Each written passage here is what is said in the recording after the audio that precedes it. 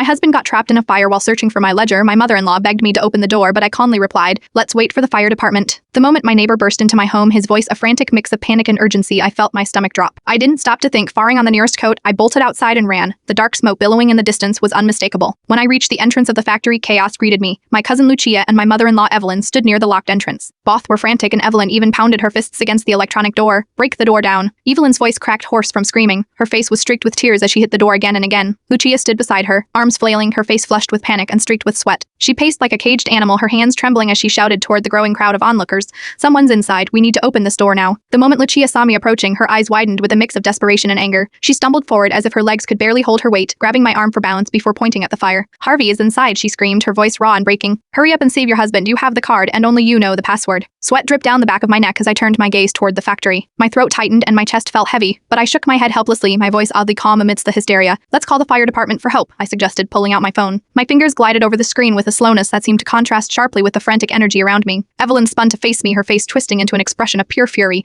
Her voice trembled as she jabbed a shaking finger at me. "He went in there to find me accounting records for you, and now it's on fire. But you're just standing here, Reichstay. Are you even human?" I held her gaze unmoving. Her wild eyes searched mine for something remorse, fear, panic, but I shrugged instead, my shoulders rising and falling with a casualness that only seemed to inflame her further. "The fire's too big," I said. "What if I get hurt?" Evelyn gasped. Her face contorted into something primal, a mix of grief, disbelief, and pure hatred. "You," she sputtered, barely able to form the words. "What kind of excuse is that? My son's risking his life for your damned records, and you just don't care, like it's nothing to you?" Lucia's face turned a deep crimson, a stark contrast to the white of her clenched knuckles. Tears streamed down her flushed cheeks, her voice trembling with barely contained fury. "Maya, Harvey is in there," she shouted, her voice shrilled with desperation. "He's your husband. How can you stand here and act like this doesn't matter? What is wrong with you?" "I've already called the fire department," I replied evenly, holding up my phone. "They'll be here soon, don't worry. They'll put the fire out." Lucia took a step closer, her eyes burning with disbelief and frustration. "Do you even hear yourself?" she began. "Your husband's life is hanging by a thread and all you can say is to wait? What else can I do?" I asked, my tone flat, unmoved. "Do you want me to run in there and die with him? That wouldn't save anyone. Open the door, now," Lucia shouted, her voice laced with frustration. "The fire trucks will take forever. Can't you understand? It's a life, your husband's life. How can you just stand there? You venomous woman, are you trying to kill my son?" Evelyn shrieked, her hand a blur as she lunged to slap me. I quickly moved out of the way. "I am not trying to kill him," I explained calmly, "but I am not a firefighter. I can't put out that fire. Going in would be suicide." Our argument caught the attention of the onlookers who had gathered to watch the fire. Some of them pulled out their phones and began recording or live streaming the scene. Noticing this, Evelyn turned to the crowd and shouted, "Look at her, my son is in there and she won't open the door to save him. Weren't she heartless evil? Oh, my son." She shook me roughly, her face close to mine as she spat out her words. "Did you two fight? Is that why you are doing this?" Her voice dropped low and angry. "Do you want him to die? Is that what you want, Maya?"